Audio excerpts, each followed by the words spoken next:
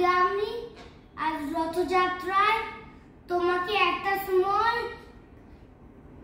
তেহাই শোনাবো। ধাগিতে ঝেগেতে ঝেগে লাগে থুনা করতে ধা করতে গে থুনা করতে ধা ঝেগে লাগে থুনা করতে ধা।